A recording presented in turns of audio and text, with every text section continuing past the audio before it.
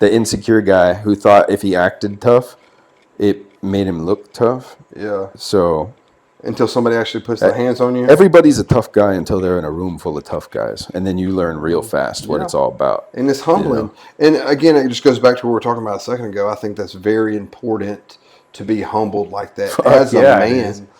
But hey, and I can relate to this, man. It's like when I got playing sports and everything, everybody's good in high school. You're the best on the team in high school. Then you get to college, then you might be the best in college. But like when you go to the professional level, man, everybody's a freak. Everybody's top tier. Everybody's a freak, dude. And it like really kind of levels the playing field. Yeah, it just makes you like, dang, dude. I bet you were feisty. Oh, I was feisty. I bet you were scrappy. I bet you were scrappy, bro. He still is, dude.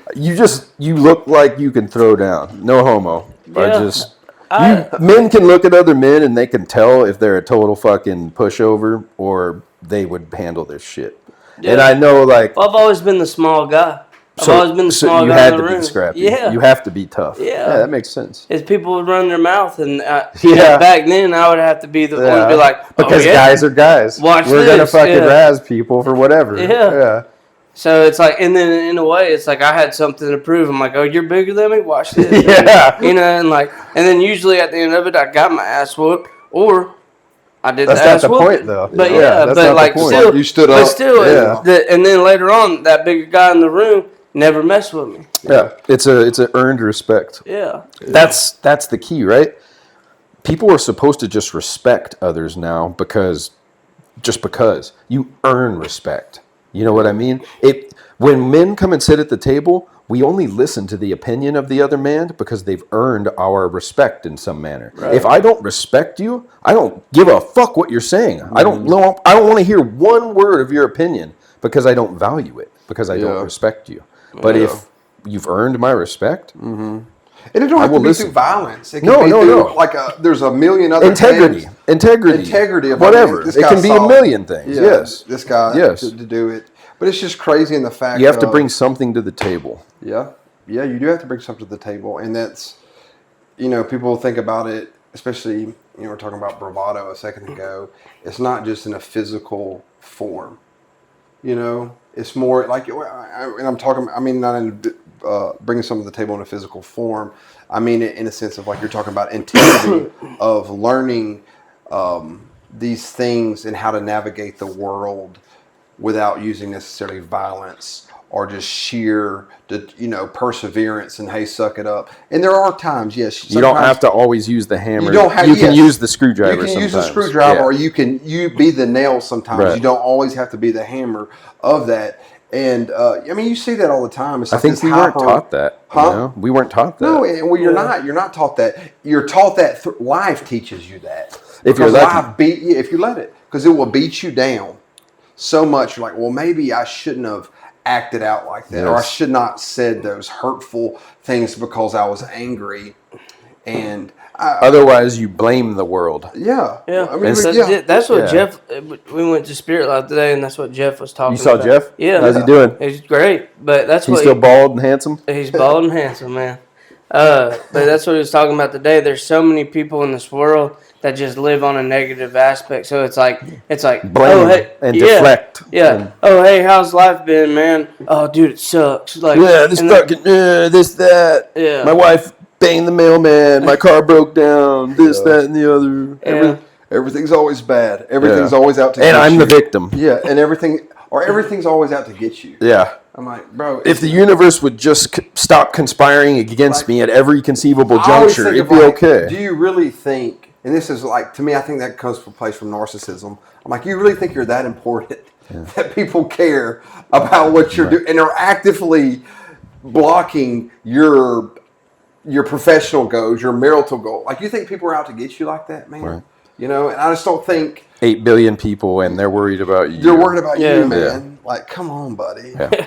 Let's be I was guilty of that too. Yeah, absolutely. I think we all was guilty of that. But like I said, life has a very funny way of humbling you, because if you do not recognize it and actively work to do that, it humbles you in a completely different way. Well, it's check going to this. break you. You either learn to humble yourself or the world does it for you. And the world doesn't show mercy. No. You know what I mean? No. The absolutely. world will break your ass. Yeah, real quick. And but I think that's... Are we filming? Yeah. We've I forgot you guys fucking do that. You just turn it on. Yeah, I'm just fucking talking it's easy. to you. It's a good transition. Yeah, I get it. Because, we're just talking. You're talking. Wait, the camera's on. How's my hair?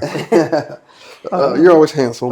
Three sexy beasts. You are good-looking men. Thanks, dude. It's important to say that to your man friends. It's important to mean it, too. You know what? Like, I don't want to blow you. Yeah. But you guys are good-looking dudes, you know? And you smile, and you're trying to do good shit. And that in itself carries an energy that makes you attractive. Yeah, it's those mopers you were just talking about. Where they're like, oh, woe is me. Dude, that's so unattractive. Yeah. Even if you're not attracted to dudes anyway, it's like, I don't want to be around We talk about it all the time, like, well, I'm not going to be around you, man. No, you can't. Like, and I get it. Sometimes you get frustrated and you're like, dang it, blah, blah, blah. Like, you have your moment. Everybody has that. You're a human being. But if that's their every MO. time we go to different job sites, Eric, and there's just some people that's always, something's always wrong. Oh, they didn't do their job right, and it's making my this. I'm like, bro, shut up. Yeah. Just shut up. And let's And do then this it work. feeds into you, like your mindset. Then you're like, golly. Why do you think it is? Why do people Schopenhauer says that the root of all suffering comes from the fact that we're bitter about all that we lack instead of being grateful for all that we have. We're always on lack. Well, we talk about too is like the people.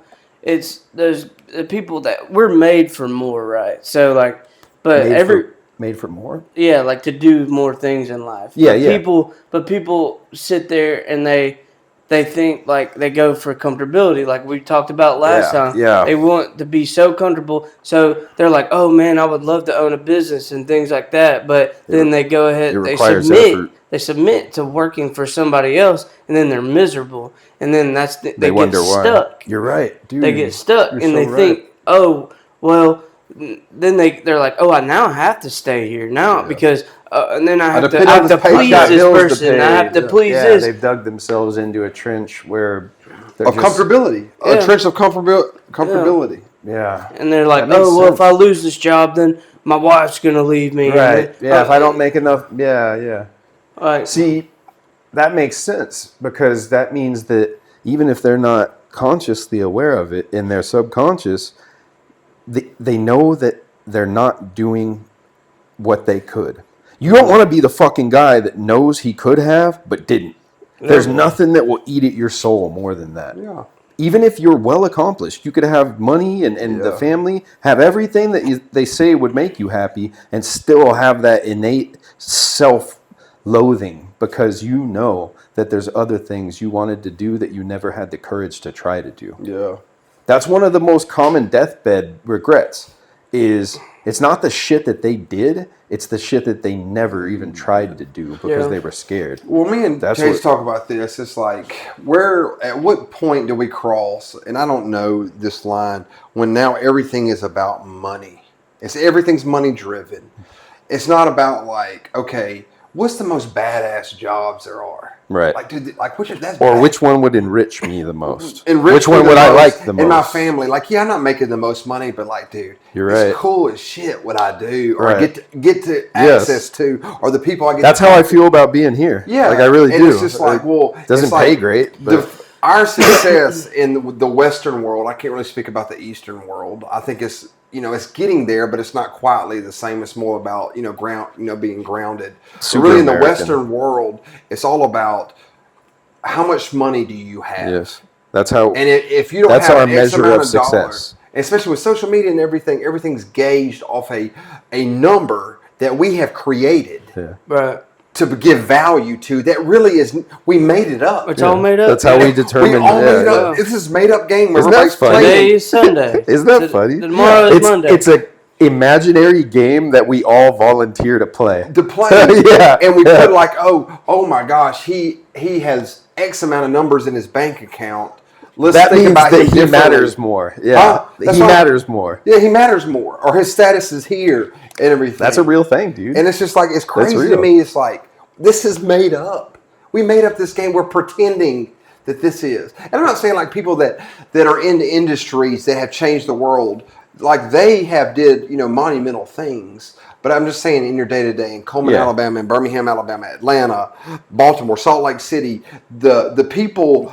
The guy making $500,000 a year is going to have more credence lended to his words than the homeless man. The guy making $50,000 that dude gets to go home, gets to walk into his house with peace. Yes. His kids, want to see him. They get excited when he comes home. They go out there and wrestle.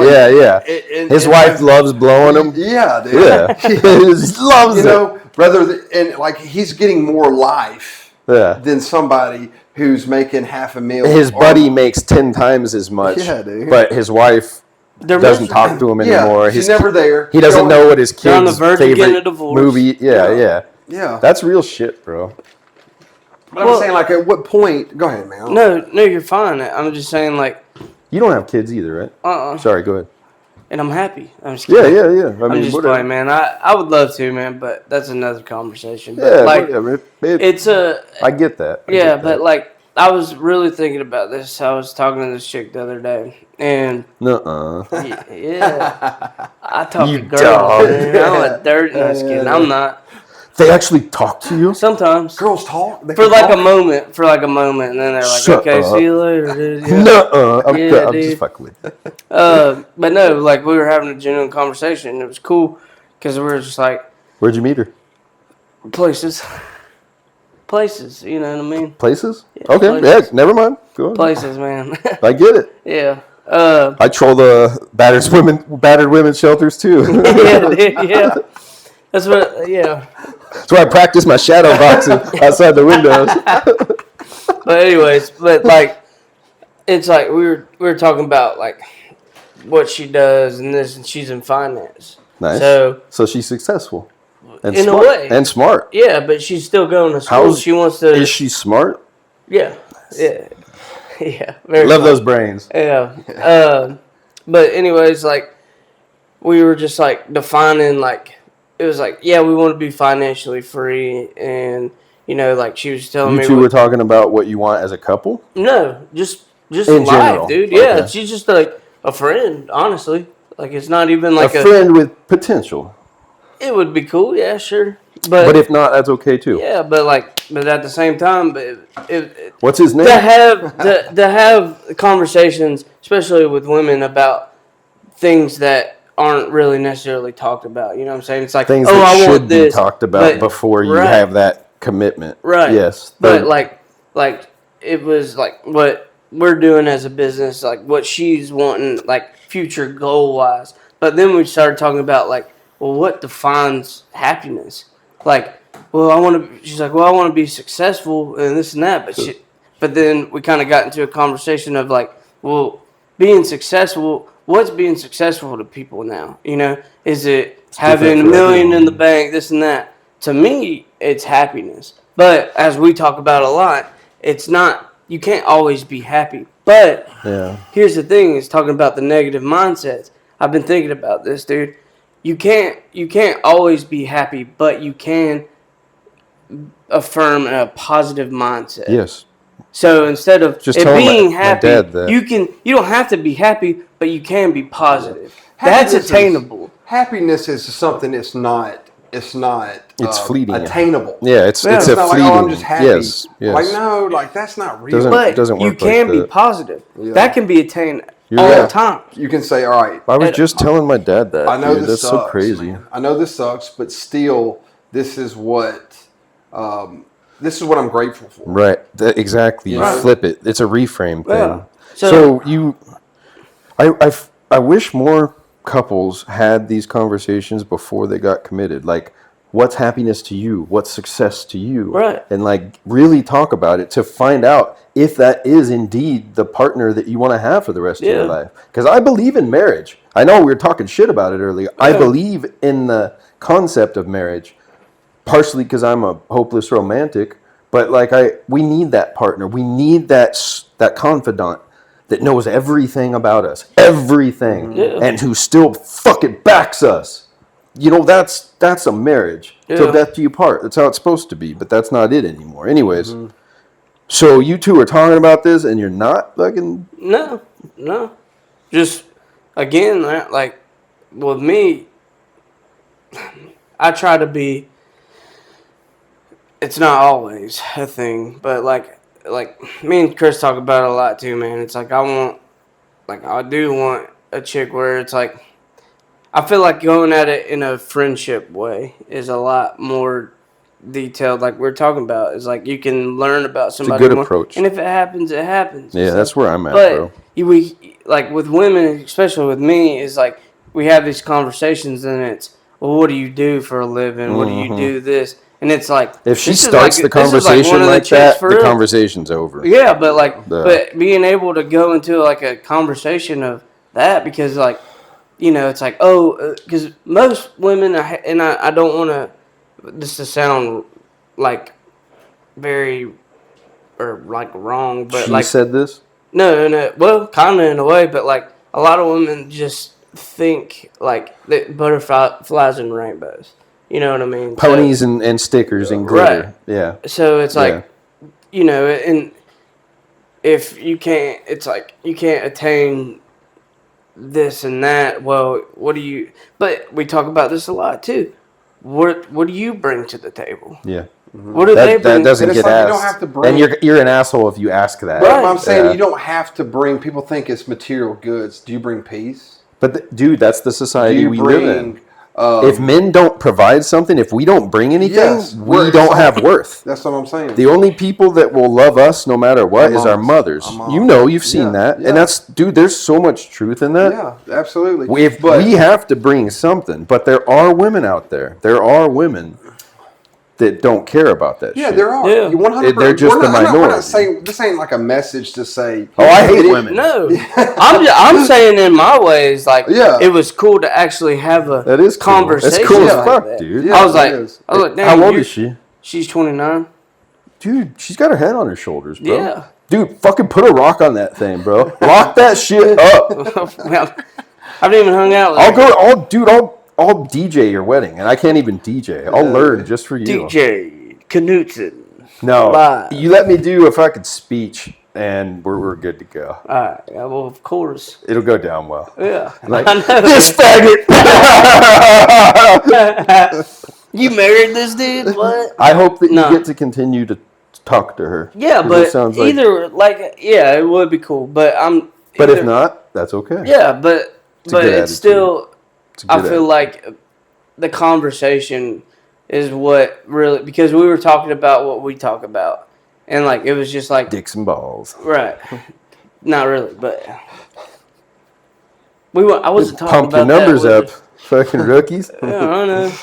I'm slinging out at least 15 dick jokes a day to strangers on the internet. Oh, no, you do that. Doing God's work. Well, we can't be a Knudtson, man. You know what I mean? That's your job, you know? Fair. You found your lane, dude. That's my thing. You're right. That's my thing. Yeah, you're right. And we appreciate you that. Yeah. Thank you. I appreciate what you guys do. We support you in your ways, dude. No. We all have our ways. You're right. Yeah.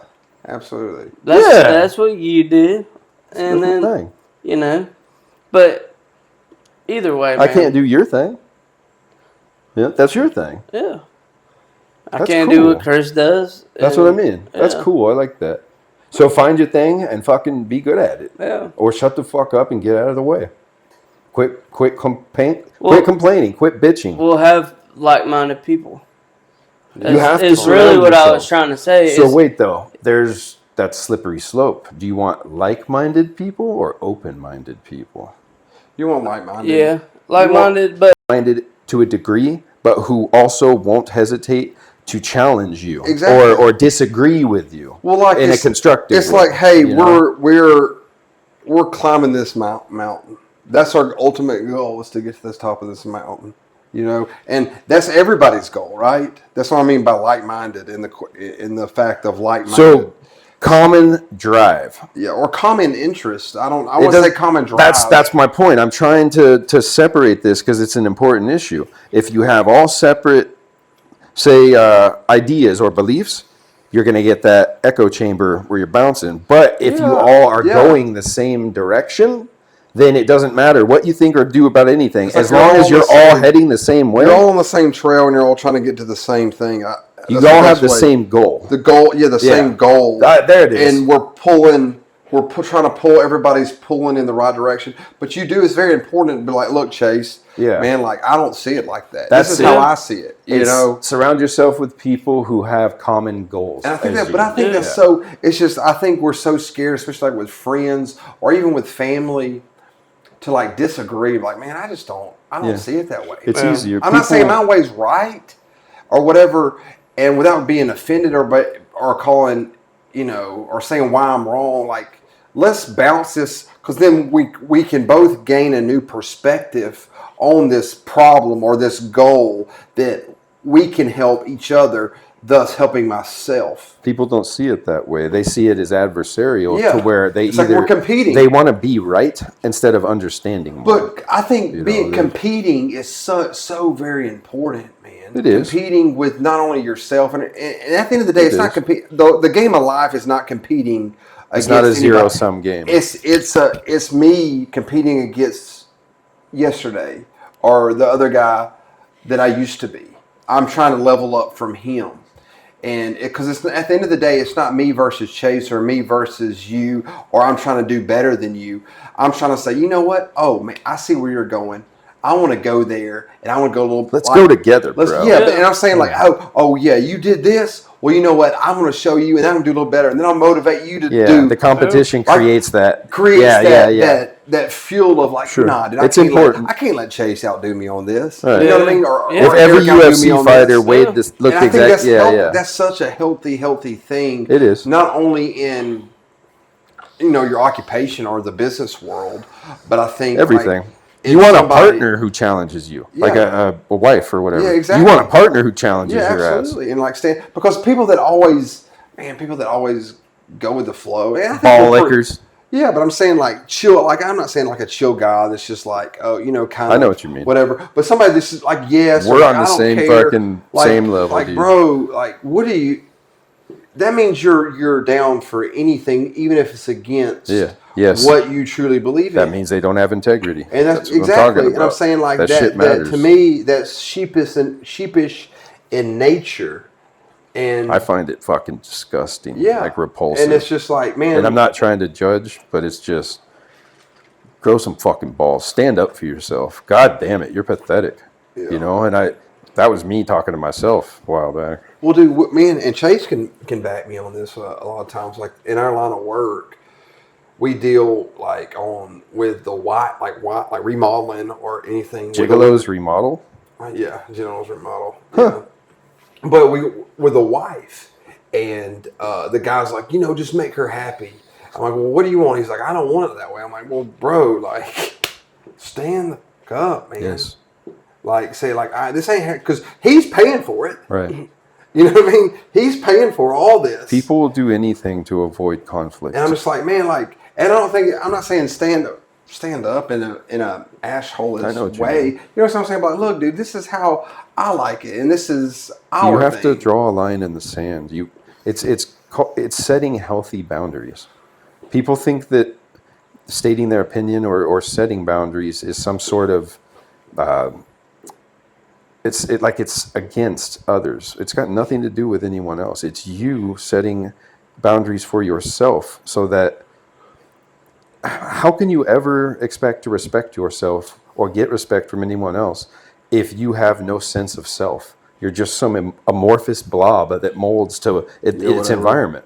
You have to have a sense of self to the degree where you can stand up for your beliefs, not because you want to be right, but because it's you, and it's okay if you're wrong. Then you learn. Yeah.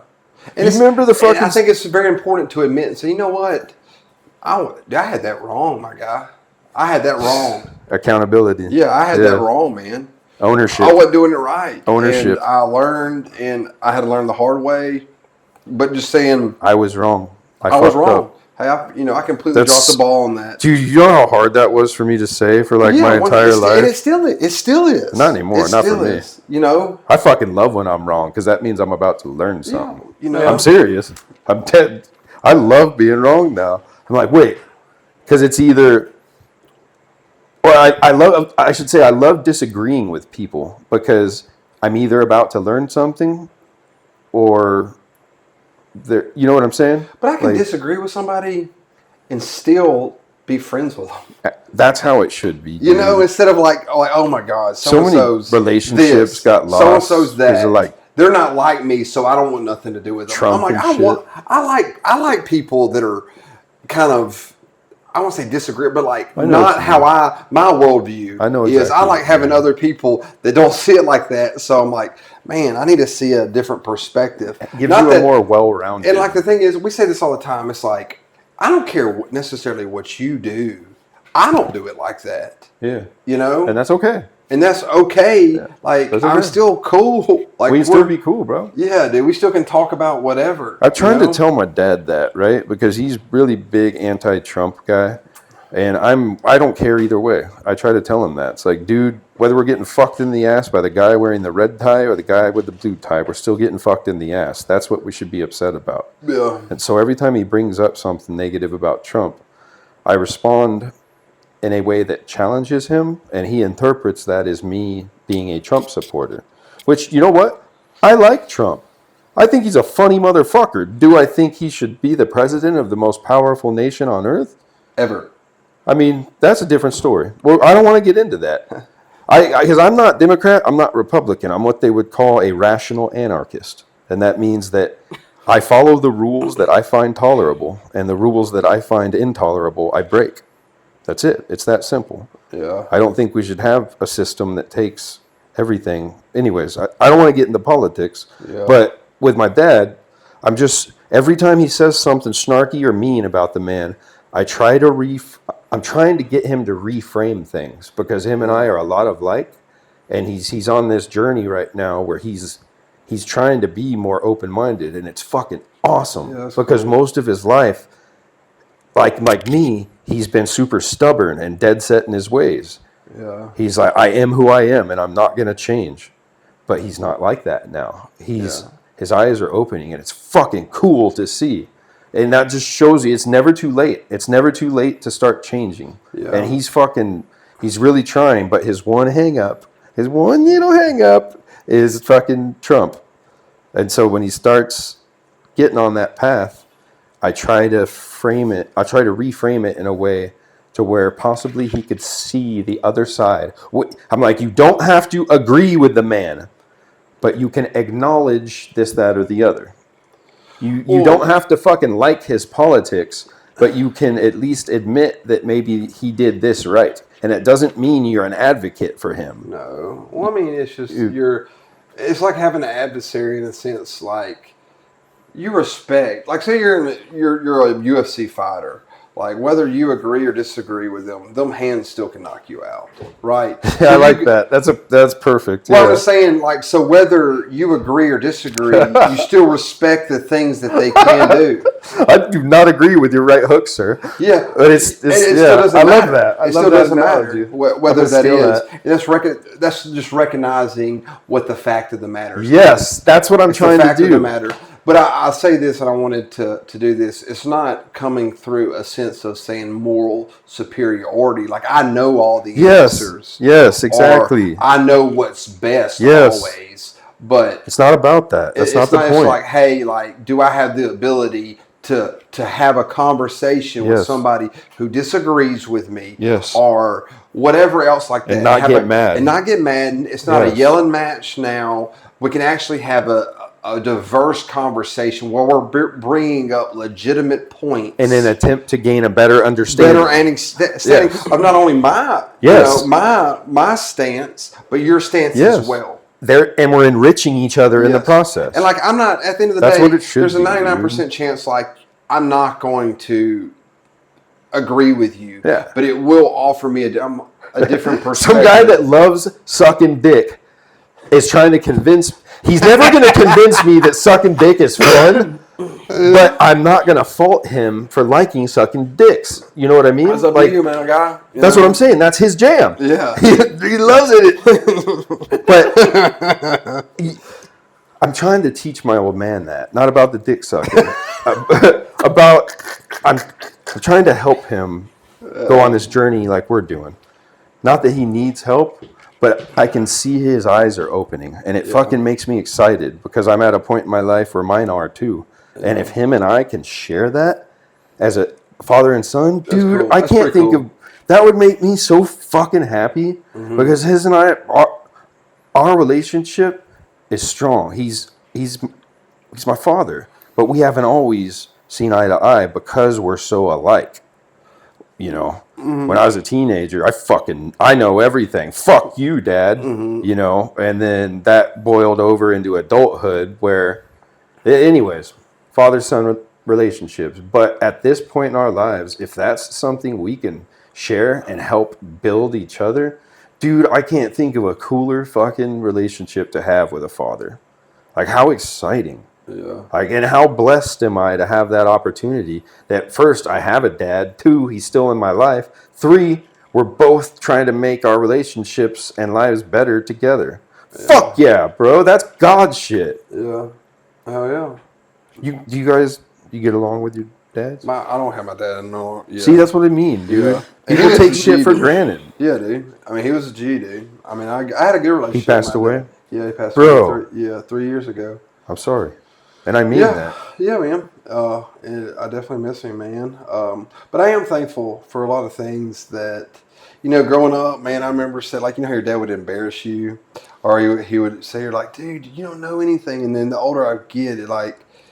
He was doing it for a reason. Yeah, and it's like, it kind of breaks my heart in the fact of, like, I don't have a chance to really say, bro, like, thanks, man. Yes. You know what I mean? I get to do that. Yeah, yes. Like, thanks for trying to put me on game. Yes. And, like, yes. I know we fought, and, man, like, I probably said, I did say things that I didn't mean just because I was mad.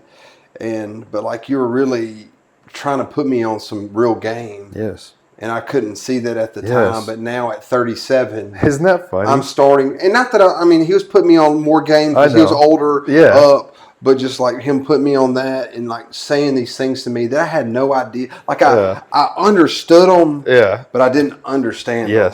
And then you get older, and then I get out, I'm like, damn, dude, like how right he was. Yes, how fucking correct he was the whole time. And it's just like I probably should have listened to him. And I took it at times of like, I took it at like him telling me what to do. Yes. Like you don't know what's best for me. Dude, this ain't the 60s. Because it's the ego or the pride. Yeah. Like you don't Fuck know. You old man. But like little did I know how much he really did. All he wanted was your best interest the whole time. Yeah. I was just like, I know, dude. Man. You know? And look, dude, my dad was still a human being. What's his name? Larry. Larry. Scary Larry called him. Scary Larry. Scary Larry, man. And but it's just you know, he's still a man, he's still a human being. You know, he made mistakes as any person. But as he got older and, you know, I became like a man and everything, he would tell me these things. And I'm just like... Like what? I mean, he would just tell me like, you know, right before I get married and this and that, he would just tell me things. He'd give you advice? Yeah. And I'm like, bro, you don't even, like, you don't even understand what it's like. But he and was like right. Now, and I wasn't doing right either, man. Like, let's be honest, dude. I was getting high and I was getting drunk and I was just... And he knew it? Yeah. And but like he would look through that addiction and see like, if all right, Chris, this is when you come out of addiction and you're really having your life. Like life still lives, whether you're getting drunk or you're sober. I like that. You know, it's still going to happen, no matter what you're doing. Listening. And like he saw through that and the fact of the addiction, and basically was like, all right, Chris, like it's still going to be hard when you're sober, my guy. You know, it's still going to be tough when you're sober. And I'm like, I can't... It's going to be harder, in fact, because you don't have that crutch anymore. No, you don't have that crutch. But what I'm saying is that in the fact of, man, it was just the way he would put it, and the fact, man, that's one thing, you know, I don't regret necessarily being a drug addict, like doing opioids. I say I don't regret, like no regrets. I can't like change that. But one thing I do regret is like I wish I would have understood my dad's like point of view more. Same. instead of honestly every time he would try to, and he wouldn't like run it down my throat, but I'm just like, Dad, I don't want to talk about that right now. Right. You know, and he's like, I'm just trying to help you out, son. You know, I'm just trying to, he's like, I've made those mistakes. But we couldn't see it. And I couldn't see it, you know, and that's one thing I do. Like, I regret that, in the fact of that I wish I would have paid more attention. Not that I would have understood it, because I don't know if I could have understood it at that point, but I wish I would have heeded and, like, respected, like, that more. Same. Because it, like, something, I don't know what it was, but something would rise up in me. I'm just like it was a pushback. Same. It was an immediate challenge. Yeah. Yeah. Like, no. That was me and too. Like, and coming from him now, like, not that I see it in his point, but it was coming from a place of, like, care and love and my best interest. He just wanted what was best for instead of me looking at it of, like, quit, why you always tell me how to do this? Right. Why do you always got to know? Like, stop trying to run my life. Yeah. And I just, man, I wish I was just better at that. Were you like that? Yeah. Huh? Yeah. With your old man? Yeah. I feel like that's a father-son thing. Yeah.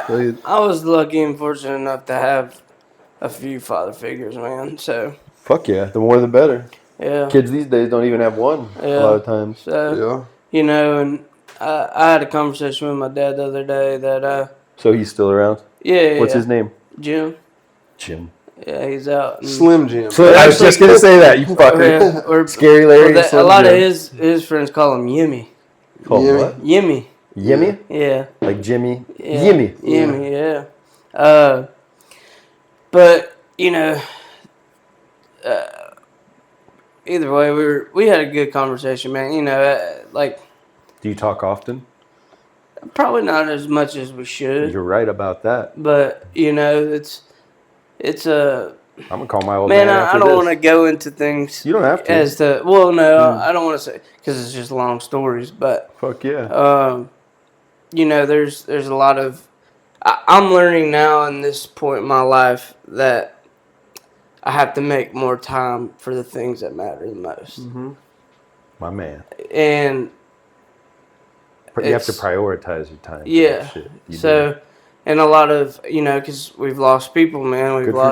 We've lost a lot of, and I've lost a lot of good people that told me and given me the greatest advice and then now it's not that we're just waking up, but kind of, you know. Yeah. And you look back on it and it's like, man, I'll give you this, though, is my dad, and I call him Uncle Kraut.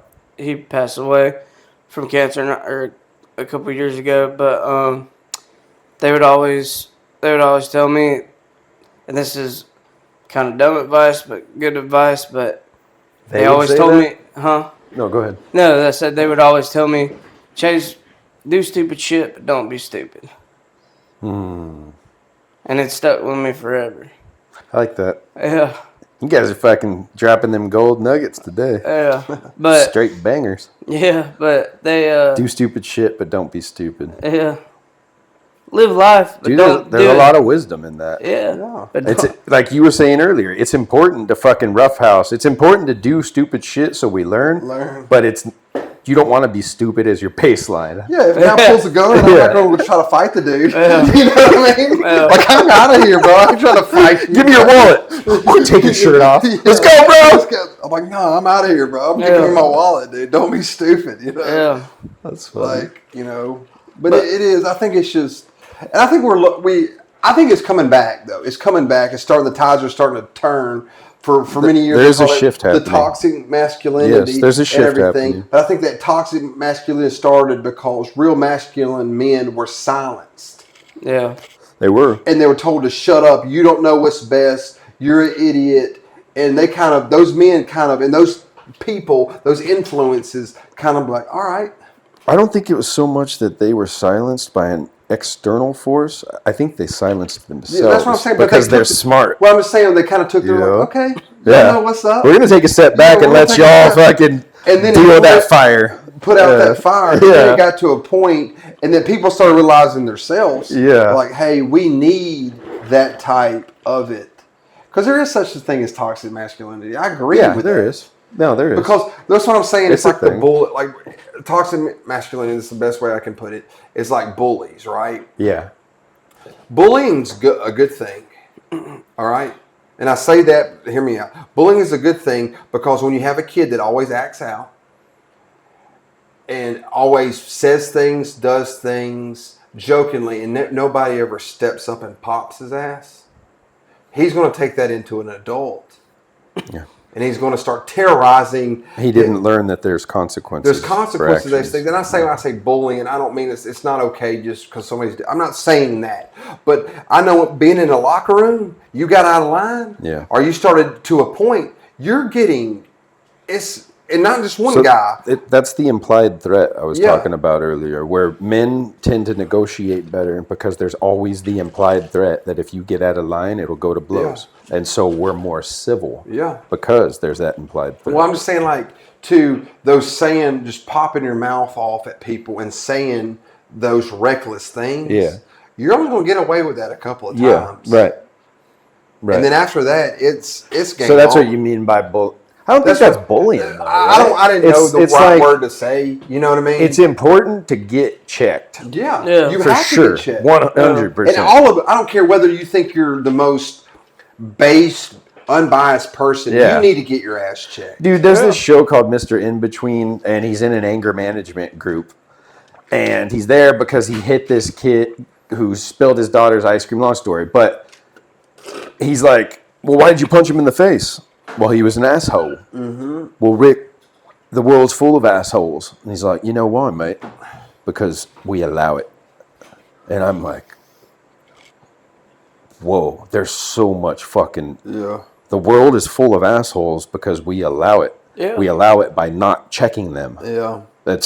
And he's right. He's fucking right. Yeah. Now, I'm not saying we punch everyone in the face that we disagree with. And I don't mean that. I know. I know. That's more of a metaphor analogy. Yeah. Saying... No, I know that. But, like, it's important to call that shit out. And I do now. Yeah. I do. But not like I think I know better or my opinions should matter. I do it because it's the right thing to do. And maybe if you don't, he continues to do that and something bad happens in the future when you had a chance to fucking... We talked about that. You know? We talk about that. I talk about that on a daily basis. I'm not going to give names and I'm not going to... But they are a family member. Fuck that. Spill the tea. He's a young man, but he's got a lot to learn. How old? He's 16. Oh, Jesus Christ. He knows it all. Yeah. Well, you think. He knows everything. But this is what we talk about, though. And I have these come to Jesus meetings with him all the time. You do? Oh, yeah. And he's a family member? Yeah. And... Does he know it's a come to Jesus? Oh, yeah. Like, I mean... He does with me. Is your relationship with him good? In a way. Okay. But, I mean... But he's a punk. Yeah. Okay. But here's the thing, is... Well, my other family members, they think I'm hard on them. But what they don't see on the other side is when I have these come to Jesus meetings with him, and then he does realize that I am telling him good advice, then we have good civil talks. Even though we clash in moments. He starts listening. Yeah. But not that I hate being that guy to like, listen, don't listen to me. You should be honored to be that guy. But because it matters. It does. But I'm trying to teach the kid that he keeps doing what he's doing, the world's gonna tear him a new one. Yes. Well, you don't have you love this guy. Yeah. There's gonna be the worlds don't love you. Yeah. And like you're gonna do that to the wrong person, they're gonna like really hurt you. Yes. Yeah. They're gonna hurt, not like. And I make threats. I'm like, they will have no mercy. Don't have no mercy. Yeah. And I probably make dumb threats, but I make threats, and I'm like, you keep talking to me like that, I'm gonna bust your teeth down your throat, and I will. Yeah. Keep doing it. And you should. Keep doing it. I mean, you should. Yeah. But it's better you do it than someone who doesn't love them. Because I'll stop. Yes, exactly. Yeah, that's what I mean. Stop. That's the what world I mean. Won't stop. It's probably better you do it. I'm not. I don't go beat his fucking. No. I know what you mean. No, yeah. I know exactly what you mean. If anyone's gonna do it, it's probably best it's you. But here's the thing: is like and I see it a lot because a lot of people let him get away with the actions. And that's why he acts like that. Right. Yeah. Right. It's not all his fault. No. Yeah. Not I agree at with all. that. Not I agree at all. 100%. Everybody's like, dude, you got to lay off on him. I'm like, no. You got to fucking I'm not lay on him. He's having a rough time. He's doing it. I'm like, I don't care. There's shit like that in my Well, life family is hard. too. Yeah. It's always going to be rough. If you always think, oh, I'm just having a tough time, buddy, hey, you don't know how tough this shit But gets. that's how I was. Like, and going back into it, with all the men figures in my life, they didn't let up on me. And I'm grateful for that. Yeah, it made you into a good man. Yeah. Even though life kind of pushed, but that was my fault. Life's. But that was my fault. that. I let life get me. Yeah. I had the best advice. I had great advice. Yes. I'm the I one. did too. I'm the one that pushed myself into that darkness. But that's huge, though. Good for you. For the responsibility, taking responsibility. Ownership is so huge. Yeah, Yeah. taking Good for you. responsibility. But I can't sit there and blame it on other people. Yeah. But did I have the best parents? No.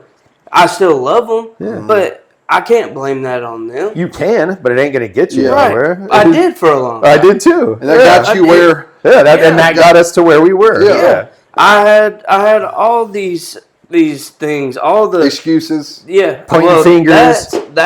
Excuses. Right. Yeah. But, for the time whenever, I was younger, I was like, because we all get to that point, it's like, oh no, that'll never happen to me until life punches you right in the dick. And you're like, what the hell? Where am I? And then you I wish I would have known that was coming. Oh, wait, I did. Then you wake up, and then you're like, I should have listened to that. I should have listened to Uncle Bobby. I should have listened to this. I should have listened to that. Dude, I have so many of those fucking moments lately. Like, not like in the last week, but maybe the last couple of years where I'm like, dude, my dad told me about this like 30 fucking years ago. Yeah. And I share that with him. Yeah. Yeah. Do you get to? Are you still in contact with your the male figures? Oh yeah. Good. Yeah. Good. Except for one, but that's a long story too. But it is what it is. I'm happy that you're doing that for someone, bro. Well, it matters. Yeah, it does. That matters probably more than most of the shit we do. But here's the thing: is people think that I say harsh things because I tell them, I said, you keep doing the things you're doing, you keep talking to the people the way you talk to. I said, when you're getting your ass whooped, all these flashback moments where I'm sitting here talking to you, you're going to be thinking about it. Or maybe it's not even a physical ass beating. Maybe it's he mouths off to his boss and loses his job. Yeah. That's what I tell him. I do this. No, you don't tell me what to do. And then he's like, yeah. I tell him this. Yeah. I tell him these things too, man. I say, he's like, oh, I'm going to get a job. And I said, no, you're not. Not with that nobody's attitude. Gonna hire. Yeah, not with that attitude. Yeah. He wants to come work with me and Chris a lot. I said, I'm not. You're not coming to work with me. No.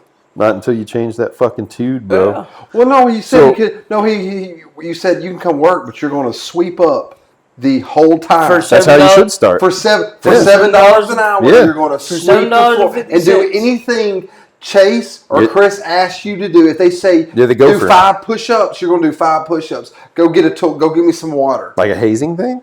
No, but I'm just saying to learn to get that part of to get in the fold. It's easier to educate young men than to fix broken men. Yeah, 100%. Yeah, there's a lot. You can't teach old dog new tricks. Hey, if you're trying to convince him of something and you need like an authority figure, fucking call me and I'll lay into it. Got you. I'll have fun with that shit. And here's the thing: is I do it out of love, man. I know you do. So that's why it's awesome. That's so cool. But a lot of family and stuff don't think I do. Yeah. And it is what it is. I've come to. It is what it is. Yeah, Fuck what they think. Yeah, I come to whatever, and it's like okay, well. It is what it is. You know what I mean? I'm still going to be... You know that you're doing it for the right reasons. And that's all that matters. You're doing it out of love. Love. It's coming from a place of love. I know it's hard to see, for some people to see, but it really is coming from a place of care. But are you open to listening to those other people that say you're too hard? I do. Yes. Okay. And I do. Maybe there are times when you are. Could I be better sometimes? Yes. But as long as you keep that attitude, you'll be all right. And but at the same time, it's the. But I'll say all that to say this, and I was saying it earlier. Is, dicks are awesome. No, but being a dick is kind of awesome sometimes. You know what I mean? It's necessary sometimes. Yeah, but sometimes. But the conversations we have, because it's, as a man, and like sometimes you gotta get pissed off to make somebody listen. Sure. Sometimes. Sure. But when I do, and then I'm like, and he sees I'm fed up, it might not be 5 minutes, but 30 minutes. He comes up, he'll come up to me, and like he'll sit by me, and he'll be like, "You're right." You know what I mean? He's like, he stepped back. So he's got potential. He does. Yeah. He does. But, it's like every 16-year-old, we all did it too. Yeah. An hour later, we're like, I'm good. Like, I'm doing it my way. Or it might not even be an hour. It's the next day. And it's like, but I was the same way because I see it in him. Right. Because how I was. That's why we're trying to help him. Because, like, my aunt and everybody, it's like, man, I saw it so much in you, Chase, that I would sit there and I would think I have you. The gabies. The grasp on you. You're like, you're listening, dude. You're listening. But then I would go do the complete opposite after. Well, shit, we all did that too, right? Yeah. Like we would listen. We would sincerely listen and then go do the exact thing we're talking about. Right. And then wonder, what the fuck just happened? Yeah. What's up with that? Why do we do that? I don't know, man. It's learning the hard way. Yeah. Maybe that's it. And that even though you're going to put everything you have into teaching this kid, he's probably still going to do it all anyway. And I know that's hard to struggle with. It's like touching the stove. Like everybody said, don't touch the stove, but you've never been burned by the stove. You want them You're going to touch it. Yeah. Yes. You know what I mean? You're like, oh, okay, I know why nobody said touch the stove. My nephew broke his leg. I'm not sure if he broke it, but he hurt his leg on the swing at my mom's house a couple weeks ago. And when she said that, my response was, good. But then that was it. I just said, good. And then I thought, maybe I should put some context. And I said, look, he needs to know that it's okay to feel pain, and you're not breakable. You're not some fragile little creature that has to have that constant comfort. Yeah. It's okay to feel pain because it'll teach you that you're strong enough to get up and keep going. That's what Jeff talked about this morning. He's like, you're tough or strong. What do you say? You're tougher than you think you are. Yeah. Yes. And that's you really are so much you can only more teach that resilient than you think you are. Yes. We don't give ourselves enough credit. You put these boxes or parameters on what you think you can do. Yes. And it's just crazy. And I don't care. Anybody's like, oh, break down those ceilings in your mind to do that crap you see on YouTube and all that stuff and everything. But really, like, the only thing really stopping me from doing this is just myself. The limitations we've set for ourselves. Yeah, but I'm not smart enough to build a rocket. Well, fucking learn. Yeah. Like, hey, I don't know anybody. They're like, oh, I'm not qualified to do this. Well, get qualified. Get qualified to do it. Like, I don't know, man. We say it now like it's easy, bro, because we've reframed the way we look at things. But it's not easy. It's not easy, though. It's hard work. It's not easy to even get to that point where you're able to see it from a different perspective. We're saying it now like it's easy, but think about 10 years ago. Right. Yeah. Well, yeah. Well, you say it now, I'm saying. So then you got to keep that in mind when. But I feel like 10 years ago we knew this, but we still, again, and I think we had this. Our last conversation we had on this podcast was the comfortability, but the things you said it best, Eric. You said God put, pretty much in our perspective, God put us through the things we went through because He knew we could do it. We were strong enough to handle it. Yes. I don't think God would ever put us in a position that we couldn't deal with because, yeah. But that's the thing. People are so, like, they again, I'm speaking for myself, man, but, like, a lot of people just give up. It's our conversation earlier is people getting so comfortable and stuck into something, and they're like, what am I missing, man? Yeah. What am I missing? But they never figure it out. They never want to. Quitting's easy. But it's like, too, though, you're so comfortable. It's like being inside in 72 degrees all day, every day. That's your norm. Climate control. When you step out into the world that's 98 with 100% humidity, that's like normal temperature, but it's so uncomfortable to you at that moment because you're not even acclimated to that. So you're like, oh my God, this is hard or this is hot. Like, no, this is normal. Right. But you're so... We're so used to the... I was so used to being comfortable, having things my way, doing it the easy way. When you start getting hit with those hard things, people telling you no, this not working out. Oh shoot, I'm not counting on a paycheck anymore for doing the minimum 40 hours of work that I can make my payments now. Everything rests on me now. It's like people are met with one iota of resistance and they just quit. Yeah, what I'm saying, it's going to be everything you do is going to be hard, especially when you work for yourself or you're trying to really better everything that matters is going to be hard. And when it gets hard, and I say most people, I quit 1,000 guys. I've quit 1,000 times. I straight up bitched out, man, pussied up, and said, you know what, this is too hard. And instead of just saying, okay, well, everything's going to be hard. Everything that matters. And consistently doing hard things. And because what I have found, it's not that those things become less hard. You become stronger. Better, not only stronger, but better way, how to manage it better. Yes. How to navigate it better. Because it's still a storm. We know a storm's coming. But now I have built my ship a little bit better to handle this storm.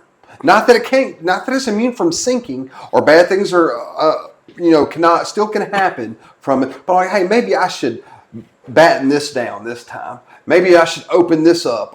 You go through so many storms and so many different things. You start learning how to navigate these things. Not that you have the answers, but better, you can manage the chaos of what you're trying to do better in these hard things, these massive tasks that we think of, like, starting your own business or repairing that relationship or going back to school or whatever it is.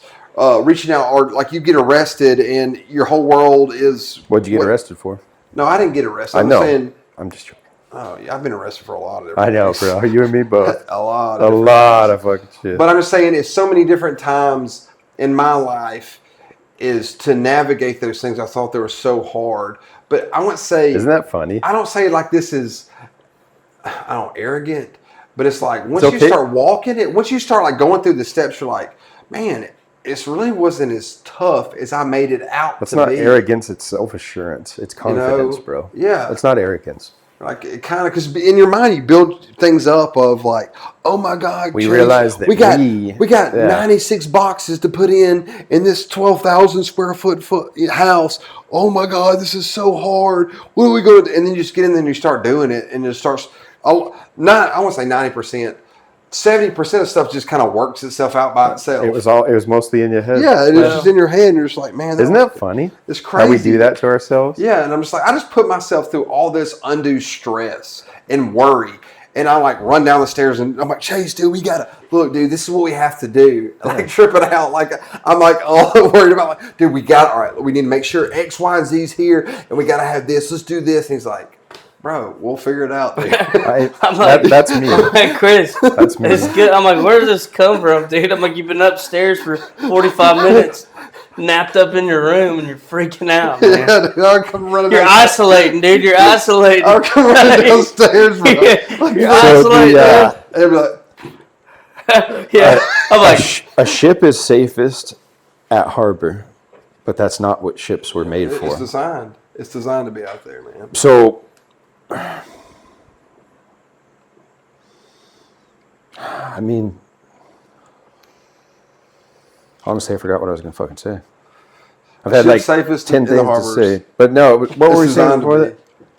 Well, I'm saying like we navigate the weight. storms. The weight doesn't magically get lighter. Mm-hmm. Your arms got bigger. You got bigger and stronger. Yeah. You started, or even the workload, you started feeding yourself proper nutrition. Right. Now. So now you can recover faster, or you're working out, you're taking recovery more serious, so that load becomes easier, or whatever analogy that we want to put it. It's all in our heads, bro. Oh, it's the looking at things. So life's going to be hard no matter what. But if you go into it with a negative outlook and a negative mindset, all you're going to see is fucking negative. Everything that surrounds us emerges from us. So if you see there's a complication with something you're doing, don't look at it as a hindrance. Look at it as the opportunity. That's the stoic thing of the obstacle is the way. You're like, fuck yeah, that's going to be hard. It's hard because it matters. Yeah. And you know what? Because it's hard, it's going to make me better. It's all good things, dude. And too, man, I will say this, dude. Just the grind of life, that constant bam, bam, it does get to you at times, man. If you let it. Yeah. Well, you're a human being. It's like, to me, yes. It's going to me. I can't, I'm not, it gets to me sometimes, man. It gets to me too. You know, and I think that is, but I think it's very important that it does get to me at times because it kind of it breaks me kind of like back down of like, all right, shake, let it grounds you. Yeah. All right, now I'm good. You know what I mean? In the sense of that. You're right. You're right. Because if I always, like I said, that if you don't get kind of worn down at times and like, I need to take a few days off. You know what I mean? Just from everything, from that, and you keep going. I think on down the line, eventually, for me, I don't know about y'all, but like I get to a place of burnout that I'm like, oh my God, what is? Like I have this existential crisis, yeah. You know, of like, this don't make sense. And then I start questioning who I am instead of like when I get to that breaking point of like letting it break me, you know, like letting it ruining break me. your day. Yeah. And like, all right, like shaking this off. It was a bad day, everything. All right. Tomorrow I want to go back at it again. And that's why I'm just saying, I think it's important to, when in the grind of things and constantly hitting it, like, it's important for me when I feel that break coming on to let it break me, in a sense. Does that make sense? Yeah, no. You know? Yeah, I like that. Because I can't, in a sense, if I keep going through and I push it's a reality check. Because I tell Chase, it's like sometimes it's like I'll push and push and push and push until it not only breaks me, but it breaks my spirit, it breaks my will, it breaks my want to. I start questioning myself. Messes up the whole process. Questioning why I'm even doing it. I start doing all these things, and then it takes me, instead of taking me a day, now it's taking me 2 weeks to kind of get out of that hump. And everything, man, and that's just me. Some people can do it all the time. It's good that and like develop. And you've acknowledged it. That's good. The man in me at times, like, man, quit being a fucking pussy. Bro. Yeah, right. Quit being that inner dialogue. I have David Goggins as my inner dialogue. Yeah, shut up, pussy. Yeah, shut up and everything. But like, man, after you've worked and we did everything we can do, everything I can do, like, just rest in that fact of like, hey, man. I've done literally everything that I'm and that's all you can do. Yes. That's all I can do. Yes. Good for you, bro. You know? I love hearing that. But, do I do that all the time? No. Again, I'm a human being. Right. You know? I tell that shit to my dad, too. I'm like, bro, if you've done everything that you can do, there's no need to worry. Don't let it ruin your day. Because he gets bad anxiety like I do. And I tell him the only thing that helps me is that. Like, no amount of worry is going to alter the future, and no amount of regret can ever change the past. It's a wasted fucking emotion. All you're doing is ruining your day. We have one chance on this planet, a limited time frame, to spend 1 minute of it stressed out about shit that you have no control over is foolish. Yeah. And I try to tell him that about Trump. Like, I know you don't fucking like the guy, but don't let it ruin your day, bro. Yeah. Don't let it get you mad. It's okay to say he's not whatever, but don't let it affect your sense of well-being, bro. Don't let the shit that's going wrong fuck your head up, because like you said, it messes your plan. It messes everything up to where you have to take this longer cycle resetting to get back to the baseline. Yeah. You're wasting time and energy. Yeah.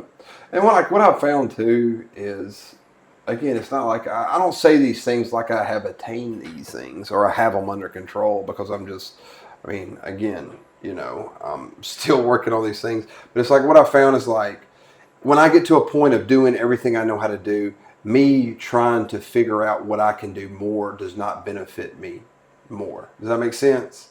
It's like once I did everything I can do. Say it again. So once I did all I can do, right? I'm like, I know there's nothing else I can do at this point. Me creating work on top of that to make myself feel better, like I'm actually doing something. Just to appease that. Just to appease that sense of pushing to that is not going to make right. It only exacerbates the problem. Is what I'm trying to say. It gets to a point. I'll use writing as an example. It gets to a point where editing, you're no longer improving it. You're taking away from it. Yeah. You're no longer improving the shit, and that's a fine line too, though. Yeah, it is. It's a very fine line to navigate. And the writer in me always says, "Well, it can be better." Yeah. No, just fucking publish it. Yeah. I've been doing that for 3 weeks with this episode. And that's where we kind of got on this, early in this podcast. Like you wanted, in the sense of like, and I think, it was a grandeur thought, but it's like, we want X, Y, and Z out of this podcast. But what I found, I can speak for Chase, is that when you come on, when we get people and they really, you let them be themselves. Yeah, that's the best part about it. Yeah. Would you agree with that? Well, of course we have what's the best version? We have a theme of what we're trying to do here. But I think instead of trying to say we want to talk about X, Y, and Z and X, Y, and Z, if you just let people come on and let them tell their stories how they want to tell it, and kind of take your hands off and buddy, you tell it how you want to tell it. Well, it's a lot of people are like, have questions for me, this and that. And we never use the questions. We never use the questions. Ever. It's like when you go in with an agenda, it's more content than art. Yeah. You guys are trying to do something that has substance and something that matters. And if you went in there... something genuine. Yes. If you went in and trying to get certain answers to appeal to a certain demographic, that's a product. That's content. If you're going in with the goal of enriching each other's lives and talking about things that matter and doing it for the right reasons, even if it fucking sucks, it's genuine, and people are craving that right now. Yeah. Society's craving genuine people because everybody puts on these fronts to appease people because they're afraid of conflict, and people are tired of it. I'm not going to say it's the left-wing PC authoritarians. I'm not going to say it's whatever. I don't know why it is how it is, but I know that it's existing. It's there, and people are aware of it, and they're fucking tired of it. Well, too, we try to do it. I think we're on the same page about that, chasing. We don't do this for clicks, my man. I know that. That's my point. We don't do it necessarily for clicks. Why do you think I write, bro? Yeah. I'm not trying to get fucking famous. Yeah. I'm not trying to get rich. If it reaches a lot of people, if something that I wrote reaches one person and it helps them then it was all worth it. Yeah. And I mean that. Yeah. I mean that. I do too. And it's the same thing. What you guys do is the same thing I do. It's just a different medium. Mine's written, yours is spoken. Mm-hmm. And the oral tradition's coming back. Because that's how human beings and cultures, that's how we thrived. That's how we passed down knowledge and information to generations, was around the campfire. Yeah. It's the oral storytelling tradition is so important. And you guys are doing that now. I think it's very important because with the onset of technology and devices in your hands, computers, which I've reached for this fucking 3 times, dude. I can't. I think that's a great thing, but I think the art of conversation, of real genuine connection, of people I hate small talk. Well, I don't. Fucking everybody hates small talk. The art of having even if you're just talking to somebody for 5 minutes, but the art of getting the most out of that interaction. Not that necessarily you're going in with that thing, but the art of talking to people. It's not talking. Now you text people. It's communicating. Yeah. Now you're actually communicating instead of just talking. You're not giving each other commands via text now. You're actually communicating. Ding, ding, ding. That'll be 1565, sir. Yeah. How was your day? Fine, thanks. It's NPC talk. Yeah. It's this shit you say that doesn't mean anything. Doesn't mean anything. How was your weekend? You don't ask people how their weekend was because you care. You ask people about their weekend so you can tell them about yours. Yeah, right. Yeah, it is. It's a little trick we do. Yeah, exactly. And what I'm just saying, I think the art of a conversation, of really sitting down, and we talked about earlier. It's a lost art.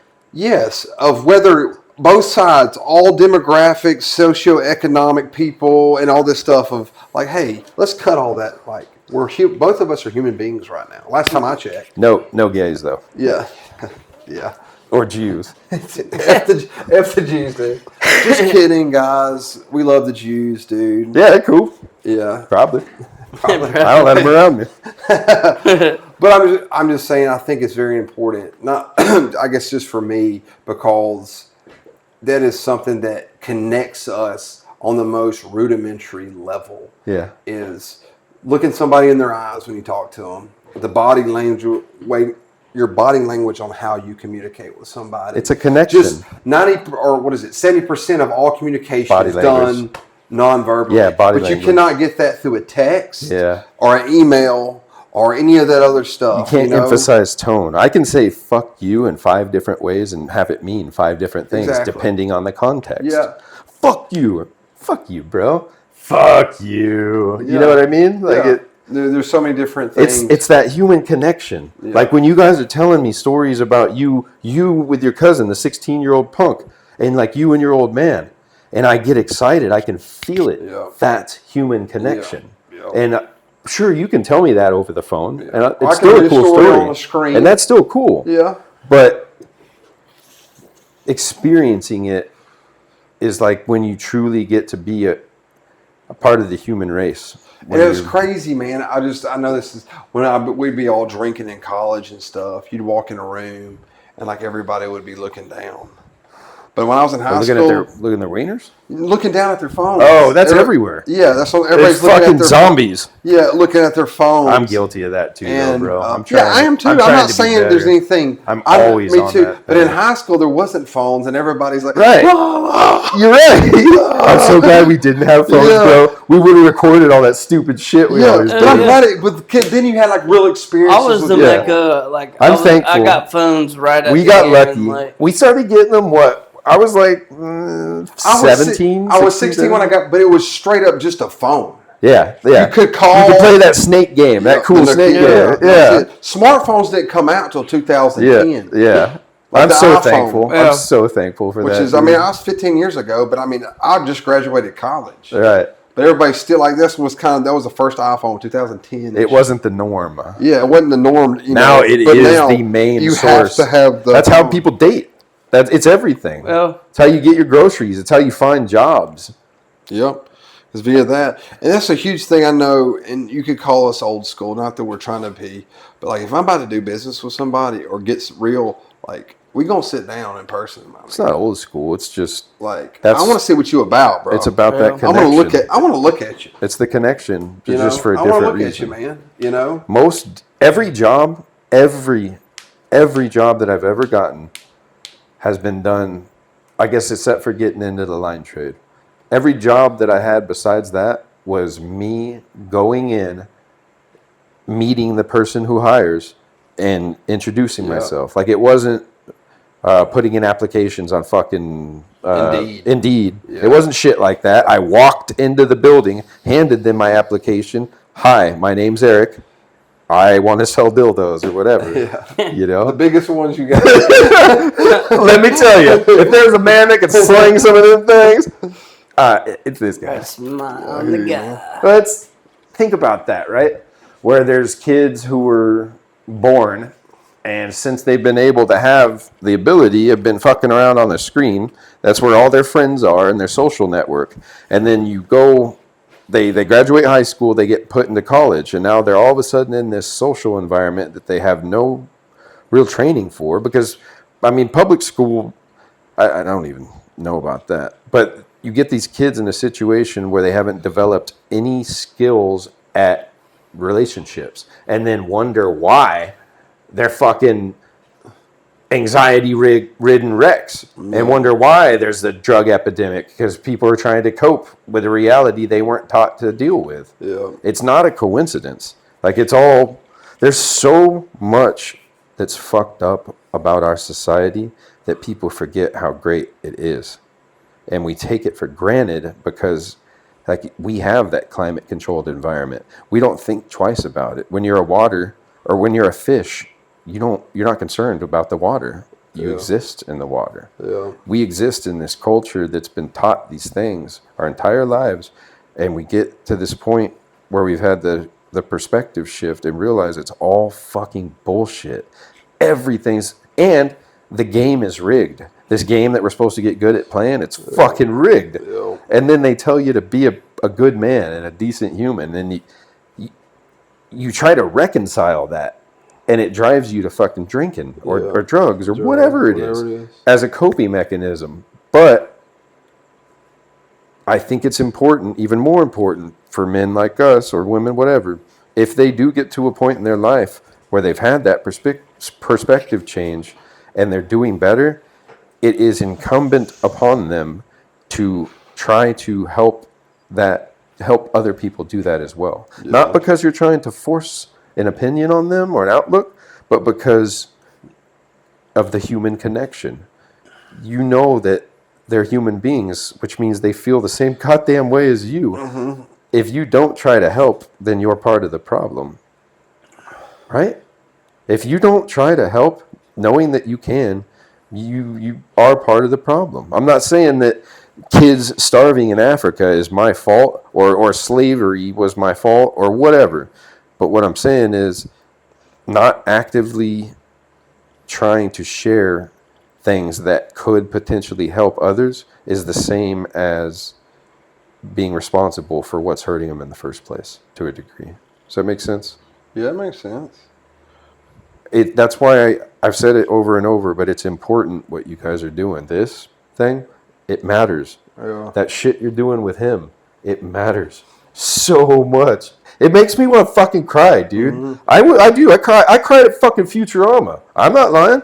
The dog was lost and they played Patsy Cline. I fucking bawled like a little girl, bro. But that's okay because I'm a human being. Yeah, dude. But when I hear you guys, when you say that, I can feel it. I can feel them welling up back there. And I'm like, don't you fucking do it. There's a camera, bro. Don't you fucking do it. But I mean it. Yeah. I love seeing things like that. Like we scroll through our internet feeds and there's all this funny stuff. And every once in a while, you'll come across the man rescuing the dog from a well. Or the man giving an umbrella to someone. Not to get internet clout. Not because they're, oh, hi guys, I'm going to go give $100 to this homeless man. Not make sure to like and subscribe. They have nothing to gain. Oh, I hate that shit. Yeah, but the real stuff, I love seeing it. And I try to share it every time I find something like that because that's the energy that I want to put out into the world. Yeah. I don't want to put negative out there. I'll bring up my dad again just because we've been talking a lot.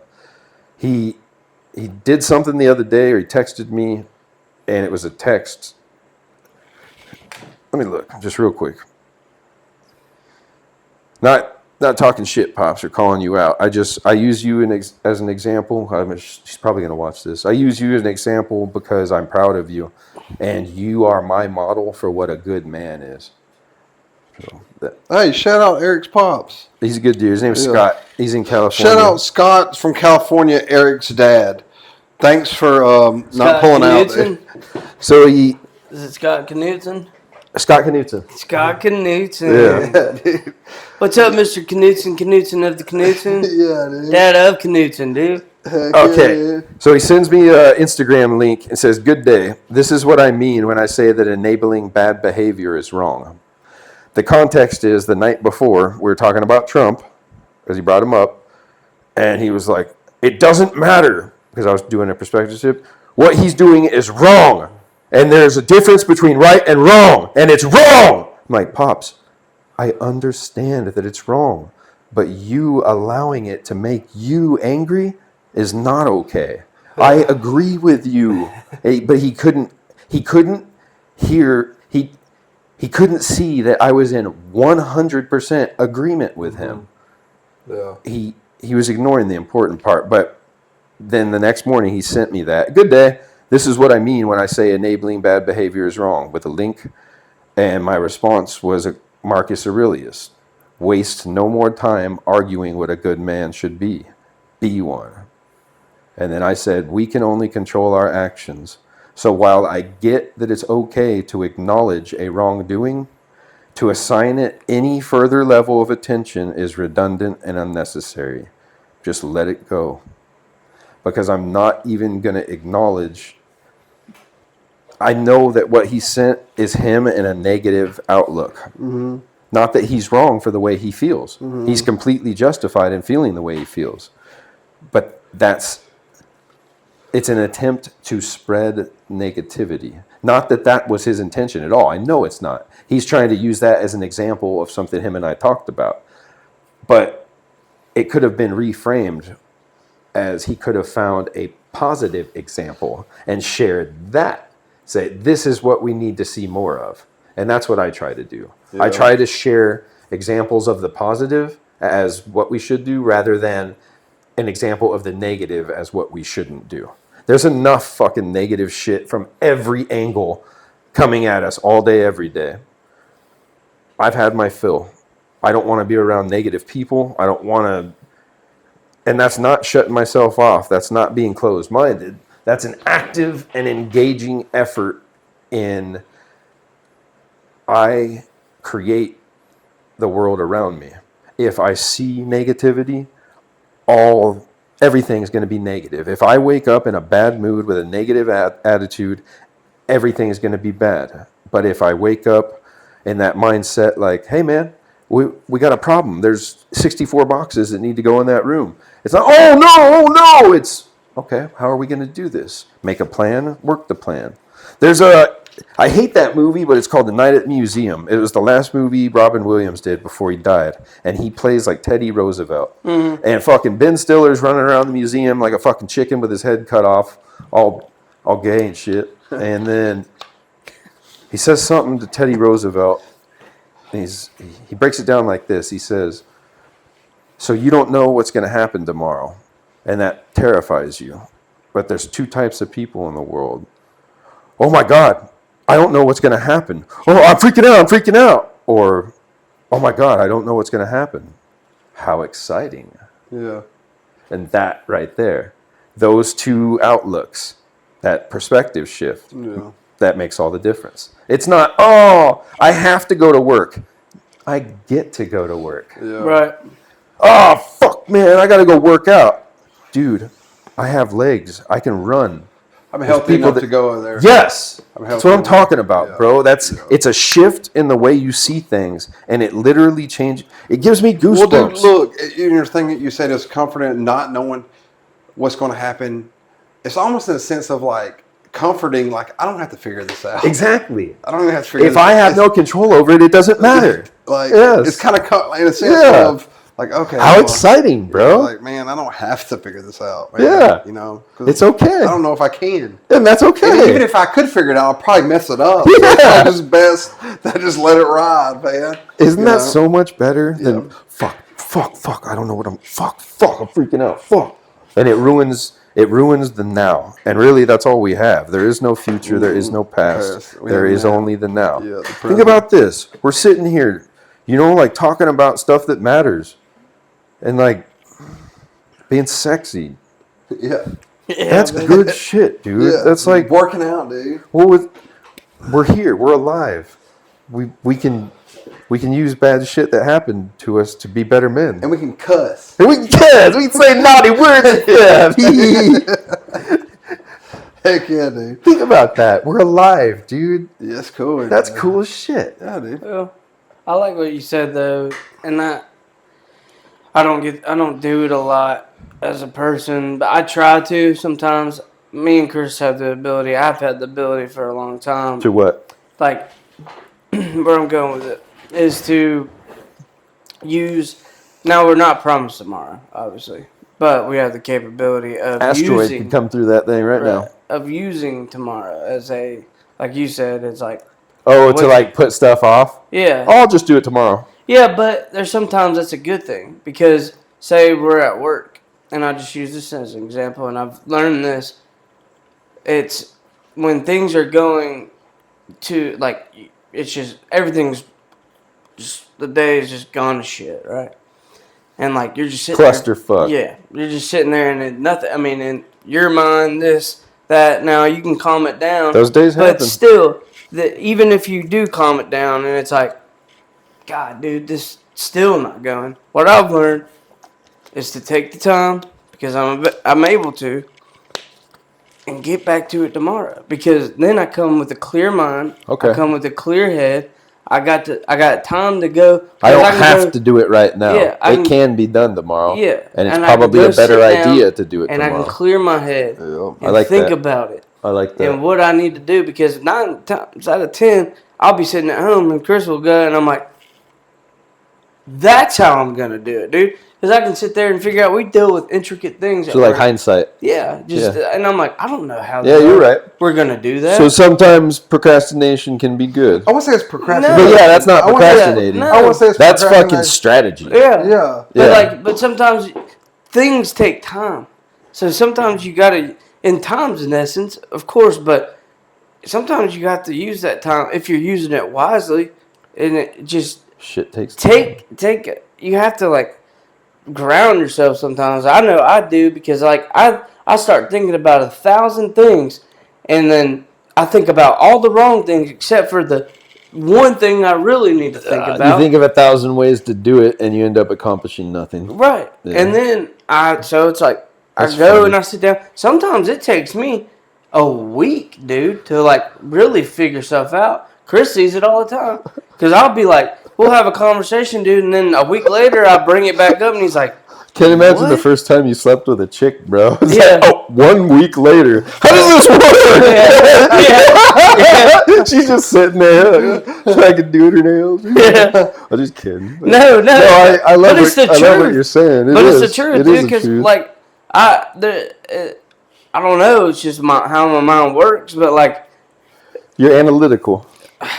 I understand what you're saying. The fact of, because you know how it is when you get super frustrated. Like you have writer's block. Let me put it in this thing. Nah, I used to, but that's bullshit. So let me just an example. It's bullshit for the example you're about to give. Well, I'm just saying, like you get so frustrated, or you're angry. You're having a conversation. You get heated, and instead of you're going to get nowhere in a heat in the emotion of anger. So sometimes it's better to get something done, to walk away, let it simmer down, and then come out when that emotion's not involved. It's action through inaction. Yes. We'll get more accomplished if everybody just chills out, gets this off their head, because everybody's getting frustrated. Then you start, in our line of work, then you start messing stuff up. Snowball. Then you're making it triple work. Yes. You're triple working. Yes. And that's what I meant. Yep. Instead of like, all right, that's how people get hurt. Look, let's just chill out with this. We'll figure it out tomorrow. Absolutely. And I think that's, you're dead on. No, you're 100%. It's like doing, I'll use this example, but we do trim and things, it's carpentry. So like, man, I'll trim work, like molding. Yeah, anything, like whatever it is. Trim. But like I'll be cutting like crown and stuff, and like Chris sees it a lot with me. I'm like, and I'm sitting there fucking. Does he make you do the ceiling and he does the lower ones? Because it'd be funny. I mean, not necessarily, but it's typically how it works sometimes, but it's just how it goes. I'm just fucking with you. No, it's fine. I have to bust your balls because I love you and you're my friend. I know, but that's how men tell each other we love each other. Yeah, so, no. Go ahead. I'm sorry. I fucking hate you too, dude. We can't say I love you, bro, but I can talk shit and you know that it's only because I care. Yeah. It's a guy thing. Yeah, but so either way, I just like, again, I'll be sitting there and I'll be sitting there trying to make this thing perfect. I mean, and I'll spend a stupid amount of time. Is crown molding hard? Is it? I've never done it.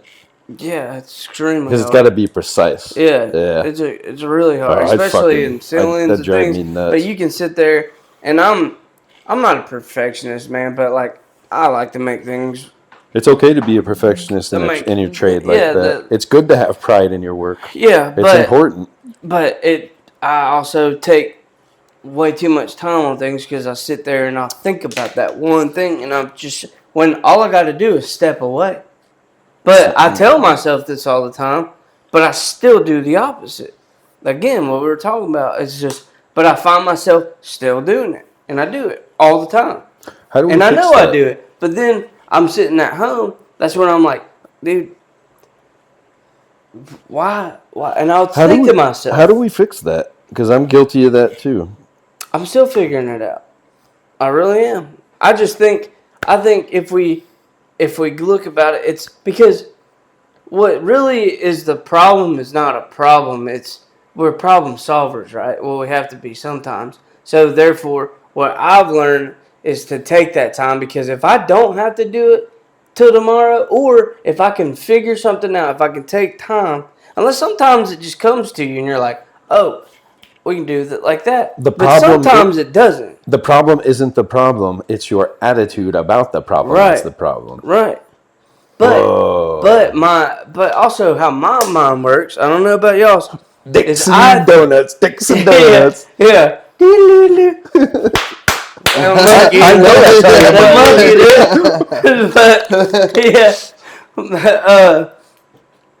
but mine, I will sit there and I've got a million trillion things going through my mind. I can literally be sitting there and I don't know. Again, Chris is, because he's with me all the time, I'll say the most random shit. Like, and he's like, where did that come from? I'm like, I don't know. I don't. Like, I really don't know. You do that shit. Yeah. That's funny. I'm like, I don't know. It's because your mind is going so fast? Dude, all the time. It's just a constant thing. How do you combat that? How do what? How do you fight that? How do you help yourself stop? Because I find myself doing that too. Yeah. The racing thoughts. I mean, man, again, it's still, I don't know. Like taking a step back? Yeah, doing things. We'll go work out. We'll go do, I'm glad you guys have that. I have that with Craig. Craig and I bounce a lot of ideas and thoughts off each other. And I think that's super important that you have. Imagine if you felt that way and were doing that same shit, but then you didn't have someone to bounce that off of. Oh, yeah. And say, well, maybe you could have done it this way. And you're like, oh, fuck yeah. Imagine trying to do it on your own. Well, oh, yeah. Another reason why shit like this is so important. Yeah, I had to for a long time. Yeah. But, like, that's you keep checking your watch. You got to be somewhere? No, I'm making sure it doesn't. Look, that's right. It's hooked up to the camera thing. You fucking Inspector Gadget. Sometimes it'll cut off. So I find myself, again, my mind thinking about. Cool, bro. Yeah, I think about it all the time. I'm sitting there I'm like checking it. Trying to help my dad with that because he's a lot like me, you and I in that sense, the racing thoughts and that anxiety, and we're trying to come up with ways to combat that. I like the stepping back part because as men, we oftentimes convince ourselves that if we didn't accomplish it, then we're a failure, instead of saying, perhaps I wasn't going about it the right way. Let's regroup and go back at it another time with a different plan. There's nothing wrong with that. I just think failure is so important. It is. That's how we learn. Exactly. If we don't fail, we never learn. Exactly. Instead of feeling defeated. And look, man, I get it when you put a lot of time into something and a lot of effort and money and resources into something that doesn't work out. It's disheartening. Sure. And it's hard to say well, I don't want to devote all these resources to that again for it just to fail again. Instead of saying, that's you know what, I learned not to do it this way, and maybe I could use it this way, and we could be more efficient here to stretch this further, whatever it is. Thomas Edison said, I didn't learn how to invent the light bulb. I learned 1,000 ways not to invent the light bulb. Bruce Lee said, I never lose. I either win or I learn. Yeah. Dude, that's why reading is important. Reading and educating yourself, it's not just about being smart. It's you listening to the wisdom of men or women who have gone through the same shit because they're human beings. Yeah. And they're trying to they're trying to tell us. There's wisdom there. We just have to accept it and listen. Yeah. But also not just find one thing we like and run with that. You need to outsource knowledge from different places so you have you have an aggregate of different things, and then you decide for yourself what's best for you. What's best for you. I think that's very the right important way. To have all these different perspectives, ways of life. Yes. From a male side, a female side. Yes. From a younger, older, the more the better. The more religious the better. Beliefs. Yes. Social beliefs, political beliefs, and then you're like, I can take all this in. What is best for me in my walk? Yes. And how I am going back. Take a little bit of that philosophy, a little bit of this religion. Yeah. That's too much. Let me back off of this and put a little bit. That's too late. You just learned that. Well, yeah. That's why it's important. This too, we bounce it off each other. Yeah. We see what works and we see what doesn't. That's like going and get advice from any kind of life advice for me now, I've learned it's not necessarily taking someone's advice and then putting it into your life, but you have to take that advice and put it in your life and use it to what you can use it, how you can use it. Because their way isn't going to be the best way for you. Right. There is no one way. There's only your way. Yeah. You can take that knowledge and put it and reform it to how you can use it. Because I can't. There's some things like it's like money with my grandpa. I go to him for he tries to teach me all the, and I'm like, what? And then and then it's like a month later, it's like, oh yeah, okay, well that kind of makes more sense. Now I can do this, but I'm not doing it how he does it. I'm like, but there's a little piece of yeah. So when I first fucking gained the perspective shift, are we pausing? No. Oh, so when I first did, it felt so good that I wanted to tell everybody. And so I was the guy who I kept giving people advice. I'd see that they had a problem, and from a legitimate source of me wanting to help them, I would tell them what I think. I would give them advice. But I've come to learn that it's not so much. You don't really want to give people advice. Rather, it's better to give them examples of things and tell them what you did.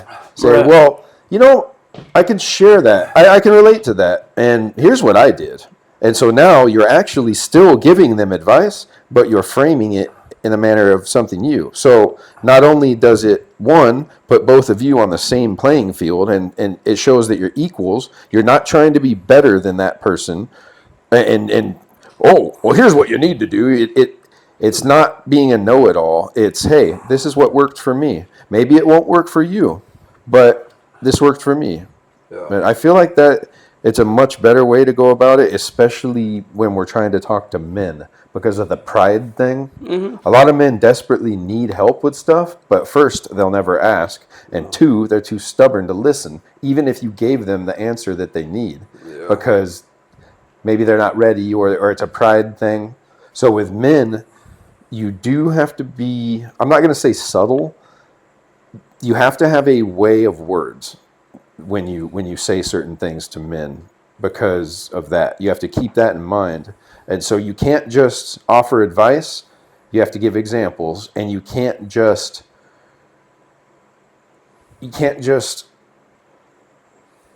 fix their problems, but you can help offer some solutions. Nobody wants their problems fixed. Nobody wants their problems solved. They want to feel like they have the capacity to do it. Yeah. That's what it's about. Yeah. There's so many bros right now that are lost and scared and anxious, and they have no hope, and they think they're alone, and they think that they're the only one that feels that way, and they don't know. They don't know there's another way. And I'm saying this again because that was me. And it's so important that they hear words like this. Not that we're the fucking know-it-all. Again, not sucking my own dick. It's things like our fathers or men said to us back in the day that we should have listened to. It's those same kind of sentiments that we're doing. We're just offering them on a scale to a broader audience. And it matters, dude. It fucking matters. It's the only thing that matters, is trying to leave this world a better place than you came into it. That's the only thing that matters. Yeah. I'll just leave it at that. Go ahead. I'm just saying this before we still gotta get back to Birmingham. Yeah, you got shit to do. You know what I mean? How long has it been? Oh, shoot. I literally could sit here all fucking day and talk to you guys. Yeah, we could too. We could too, man. It makes me feel good. It enriches me. This. I have to say once a month. We might even be able to help people, dude. That's so kick-ass, bro. Yeah, dude. Yeah, end it there, man. Yeah. Later, brothers. I love you. Thanks, man. You guys are awesome, hey, dude. Appreciate you. Hey, show them some love. Some love. Episodes from the underground. Substack.com. Eric Knudtson. If you like saucy-ass dick jokes, but also some feel good shit about probably penises too. Go check it out. Love y'all.